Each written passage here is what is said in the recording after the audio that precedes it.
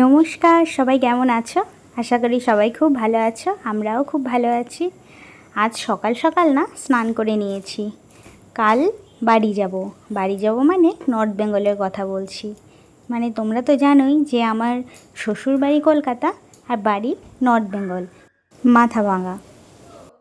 আজ অনেক গোছাগাছি করতে হবে। মানে ধরুন আমার ছেলের খাওয়ার গোছানো, তারপরে আমাদের ব্যাগ গোছানো, সাথে একটা বাচ্চা থাকলে না লাগেজও অনেক হয়ে যায়। যাই হোক, আমি এখন গুছিয়ে নেই। অনেকগুলো না খুঁজে খুঁজে কৌটা জোগাড় করেছি। এবার এর মধ্যে কিছুতে মানে কোনোটাতে চাল গুঁড়ো, ডাল গুঁড়ো, সব গুঁড়ো নিয়ে তারপরে ওর খাওয়ারের চিন্তাটা আমার মুক্ত হয়ে যাবে। আরে কথায় কথায় ভুলেই গেছি, এগুলো কেন গোছাচ্ছি এখনও তো তোমাদের বলাই হয়নি। তো আমার দিদি মানে ওর মাসি ওকে না মাসি ভাত দেবে। আমাদের তো ভাই নেই, তাই মামা ভাত হবে না, মাসি ভাত হবে। কৌটাগুলোর মধ্যে কোনটাতে কি আছে সব লিখে রেখেছি, তোমরা দেখতে পাচ্ছ। তো আজ বাড়িতে আমার দিদি এসেছে। তো দিদির সাথে মানে ওর তো মাসি হয়, মাসির সাথে একটু খেলা করছে।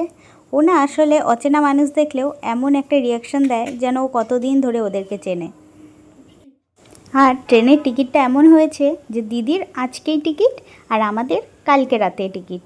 তো যাই হোক, দিদি আজকে চলেও যাবে। তো আমি ততক্ষণে ব্যাগ গুছিয়ে নেই কালকের জন্য। আমি আজকে যাব না, আমি কাল যাব।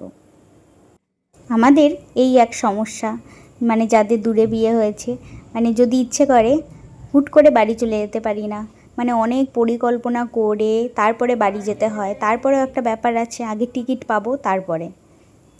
কাল গুছিয়েছিলাম, দিদিও চলে গেছে। আজকে সকালে রান্নাবাড়ি করছি। এখন আমি বেশি কিছু করব না, মাছের ঝোল ভাত করব।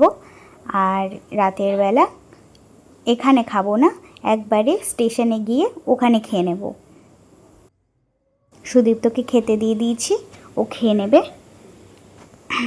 তারপরে আমি আর শাশুড়ি মা খেতে বসে পড়ব। সুদীপ্ত খেতে থাকুক, আমি গিয়ে ছেলেকে দেখি। দেখো ঘরে এসে কি দেখছি, ব্যাগটা গুছিয়েছি, ওই ব্যাগটা ধরে ও মজা পেয়ে গেছে। ও ভাবছি এটা কী জিনিস, আমি তো আগে কোনো দিনও দেখিনি। ব্যাগটার ওপরে ভর দিয়ে ওই যে বারবার পড়ে যাচ্ছে, আবার উঠে দাঁড়াচ্ছে। যাই হোক, আজকে ব্লগটি এই পর্যন্ত। নেক্সট ব্লগ আমি বাড়ি গিয়ে করব। ততক্ষণে সবাই সুস্থ থেকো, ভালো থেকো, আনন্দে থেকো। খুব তাড়াতাড়ি তোমাদের সঙ্গে দেখা হচ্ছে। ও আর বলছি, এখন কিন্তু আমরা ট্রেনে, তো আমাদের বাড়ি নামার সময় হয়ে গেছে। উঠেছিলাম কাল রাতে।